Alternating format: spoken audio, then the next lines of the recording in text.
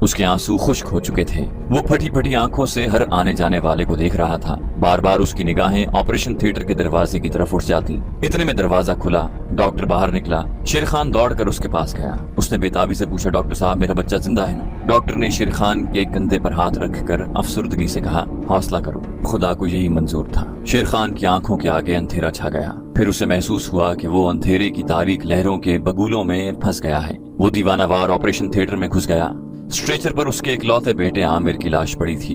نرسیں اور ڈاکٹر اس کی طرف لپکے، مگر شیر خان کو کسی کی کچھ خبر نہ تھی۔ اسے یوں محسوس ہو رہا تھا جیسے وہ ساری دنیا میں اکیلا ہے۔ اس کے سامنے اس کے بیٹے کی لاش ہے۔ اس نے بیٹے کی لاش اٹھائی اور سینے سے لگایا، سر جھکائے آپریشن تھیٹر سے باہر آ گیا۔ نہ اس کی آنکھوں میں آنسو تھے، نہ اس کے حلق سے کوئی آواز نکل رہی تھی۔ چہرہ زرد پتھر کی طرح ساکت تھا۔ وہ یوں چل رہا تھا جیسے کوئی اسے دھکیل رہا ہے۔ یہ غم کی انتہائی شکل تھی۔ وہ ہسپتال سے باہر آیا تو بارش ہو رہی تھی، جیسے آسمان اس کے غم پر آنسو بہا رہا تھا۔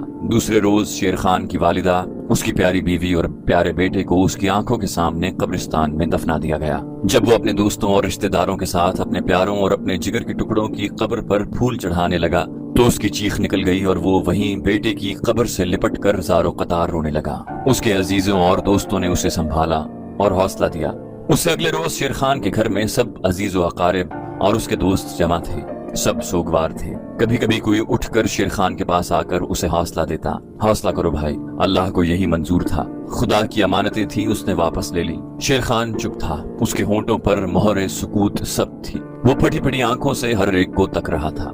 لوگ آپس میں باتیں کر رہے تھے۔ شیر خان کا ایک رشتہ دار دوسرے سے کہہ رہا تھا، یہ سب دشمن کے بھیجے ہوئے دہشت گردوں کا کام ہے۔ شیر خان کو اسی روز معلوم ہو گیا تھا کہ اس کے بیوی بچوں کو بھارت کے بھیجے ہوئے دہشت گردوں نے قتل کیا ہے، اس لیے کہ شیر خان کی کسی سے کوئی دشمنی نہیں تھی۔ اس سے پہلے بھی ملک میں ایک جگہ ایسی المناک واردات ہوئی تھی جس میں بھارت کے دہشت گردوں نے پورے کے پورے خاندان کو بے دردی سے قتل کر دیا تھا۔ آہستہ آہستہ سب رشتہ دار، دوست، عزیز و اقارب شیر خان کو حوصلہ اور صبر کی تلقین کرتے ہوئے چل دیے۔ شیر خان گھر میں اکیلا رہ گیا۔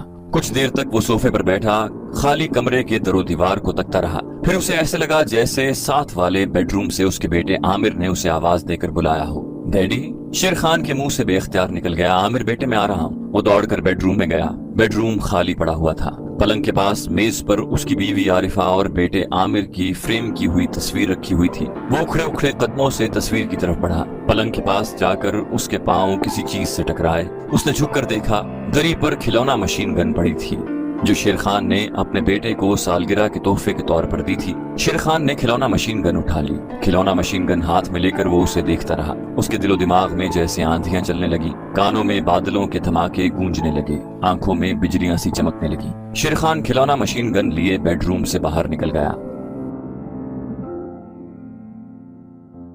شیر خان نے کہا، مجھ سے میرا سب کچھ چھن گیا، میری شفیق ماں، میری محبت کرنے والی بیوی، میرا اکلوتا بیٹا عامر، میرا ہنستا مسکراتا گھر دیکھتے دیکھتے برباد ہو گیا۔ جس گھر میں ایک لمحہ پہلے سالگرہ کی خوشیاں منائی جا رہی تھیں، ہر طرف قہقہے گونج رہے تھے، وہاں دوسرے لمحے میرے پیاروں کی خون آلود لاشیں پڑی تھیں۔ اور جب مجھے معلوم ہوا کہ یہ دشمن ملک کے بھیجے ہوئے دہشت گردوں کی لائی ہوئی بربادی تھی، جن کا مقصد ریلوے اسٹیشنوں، شاپنگ سینٹروں، بسوں کے اڈوں، سنیما گھروں، چلتی لاریوں میں بموں کے دھماکے کرنا اور گھروں میں اور عبادت گاہوں میں گھس کر اندھا دھند فائرنگ کر کے بے گناہ لوگوں کو موت کے گھاٹ اتارنا ہے تاکہ ملک انتشار کا شکار ہو جائے، ملک میں خوف و ہراس پھیل جائے اور ملک ترقی نہ کر سکے، تو میری آنکھوں کے سامنے سے جیسے ایک پردہ ہٹ گیا۔ میں نے اپنے اصلی دشمن کو پہچان لیا۔ پھر مجھے پاکستان اور کشمیر کی ہر ماں اپنی ماں، ہر بہن اپنی بہن اور ہر بچہ اپنا بچہ لگنے لگا۔ میں نے اسی وقت فیصلہ کر لیا کہ جب تک زندہ ہوں دہشت گردی اور دشمن کے بھیجے ہوئے دہشت گردوں کے خلاف جنگ کرتا رہوں گا،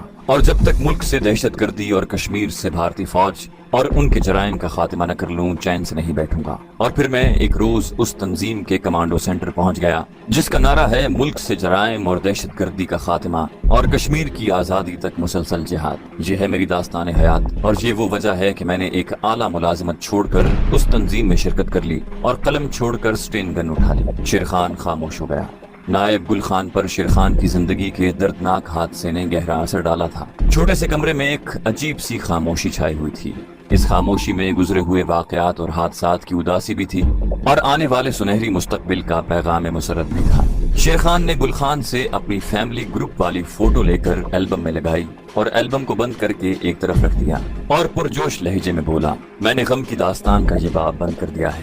اب میرے سامنے ایک نیا دروازہ کھل چکا ہے جس کے آسمان پر میں اپنے وطن کے سنہری مستقبل کے سورج کو طلوع ہوتے دیکھ رہا ہوں۔ ہم نے اپنے اصلی دشمن کو پہچان لیا ہے۔ ہمارا اصلی دشمن بھارت ہے، جس نے آج تک پاکستان کے وجود کو تسلیم نہیں کیا اور جو پہلے دن سے پاکستان کو ختم کرنے کی سازشوں میں مصروف عمل ہے، لیکن اسے نہیں معلوم کہ پاکستان اللہ اور اس کے دین اسلام کے نام پر قائم ہوا ہے، اور اس کے لیے ہمارے آباء و اجداد نے اپنے بچوں کے خون کے نذرانے پیش کیے ہیں اور وہ قربانیاں دی ہیں کہ جس کی مثال تاریخ میں نہیں ملتی۔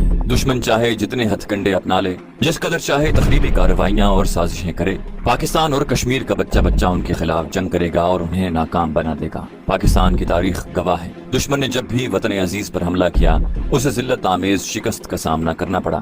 ہم اپنے وطن پاک کے سپاہی ہیں، غازی ہیں، ہم میدان جنگ میں ہیں اور جب تک زندہ ہیں دشمن کے خلاف جنگ کرتے رہیں گے اور اس کے ناپاک عزائم کو خاک میں ملاتے رہیں گے۔ شیر خان کے چہرے پر مسکراہٹ تھی۔ اس نے اپنے نائب گل خان کی طرف دیکھ کر کہا، اب تم بھی جا کر آرام کرو، صبح ہمیں اپنی تنظیم کے کمانڈنگ آفیسر سے ملنا ہے۔ میرا خیال ہے کہ وہ ہمیں کسی اہم مشن پر بھیجنے والے ہیں۔ نائب گل خان نے بڑی گرم جوشی سے شیر خان سے ہاتھ ملایا اور خدا حافظ کہہ کر چلا گیا۔